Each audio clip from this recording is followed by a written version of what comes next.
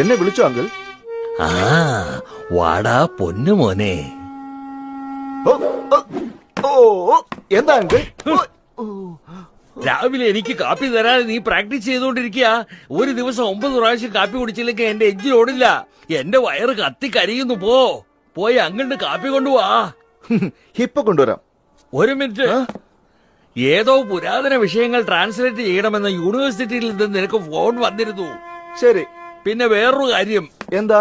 കൈയക്ഷരം clear അല്ലാത്തതുകൊണ്ട് എനിക്കിത് വായിക്കാൻ പറ്റുന്നില്ല. ഇതിൽ എന്താ എഴുതിയിരിക്കുന്നത്?